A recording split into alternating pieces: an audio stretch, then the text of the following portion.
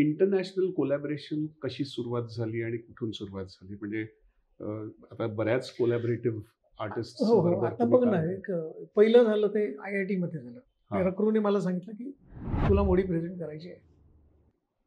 आता मोठा प्रश्न झाला होता की त्या सगळ्या इंटरनॅशनल लोकांसमोर आपलं इंग्लिश. पण मी नंतर म्हटलं की इंग्लिश आपली भाषा नाही आहे, आपली कॅलिग्राफी ही भाषा आहे.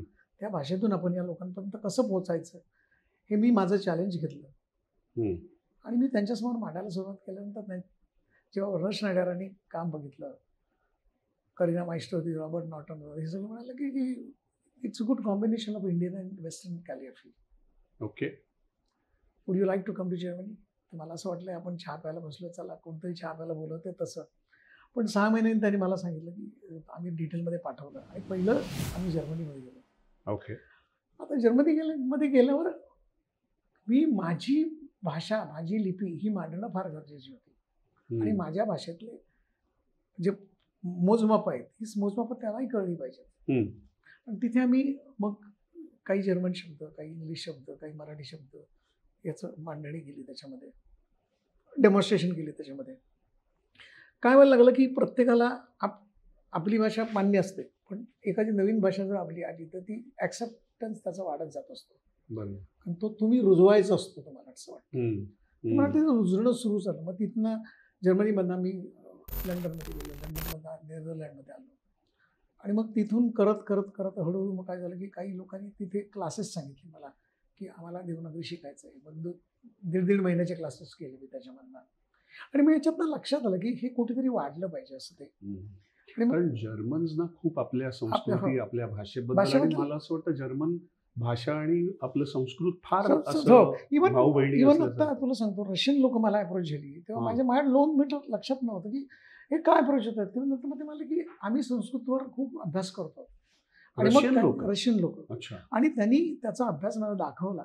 त्याचे विद्यापीठ आहे तिथे. ओके. तिथे शिक्षक आहेत, कळलं का? आणि त्यांनी मला सांगितलं की आमची 90 मुलं तुमच्याबरोबर शिकणार. त्या मुलांना शिकवून परत शिकलं नाही तर त्याचं प्रदर्शन करणं, ते रशियामध्ये त्यांनी केलं. हो, वाव. आत्ता मी फ्रेंच बरोबर कोलॅबोरेशन केलं. मी आणि पद्मजा नावाची आमची मैत्रीण आहे, तिने सांगितलं की आपण काहीतरी वेगळं करूया. मग फ्रेंच भाषा आणि इंडियन भाषा. मग फ्रेंच भाषेतला थॉट इंडियन भाषेबरोबरचा कुठला थॉट आहे किंवा इंडियन भाषेचा थॉट फ्रेंच बरोबर कुठला जातोय तो घ्यायचा आणि त्याचं कॉम्बिनेशन करायचं. वाव. म्हणजे नुसत्या लिपीचं कोलॅबोरेशन, थॉटचं पण कोलॅबोरेशन करायचं. आणि हे थॉटचं कोलॅबोरेशन आणखी एकदा केलं होतं. उर्दू आणि देवनागरी मी केलं होतं. होय.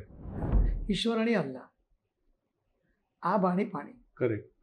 मग हे सगळं काय, शेवटी भाषा ही खूप महत्वाची आहे, लिपी ही खूप महत्वाची आहे. जर भाषेला आणि लिपीला रिस्पेक्ट दिला तर तो माणसाला दिल्यासारखाच असतो, असं माझं मत आहे. ओके. त्यामुळे मी आज उर्दूवर काम करूया. मी चायनामध्ये गेलो त्यावेळेला मी चायनीज लोकांना सांगितलं की तुम्ही देवनागरी करा, मी चायनीज करण्याचा प्रयत्न करतो.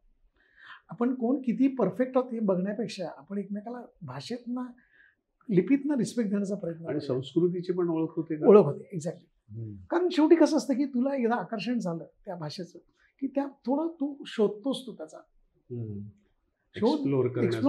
एक्सप्लोर झालंच पाहिजे ते.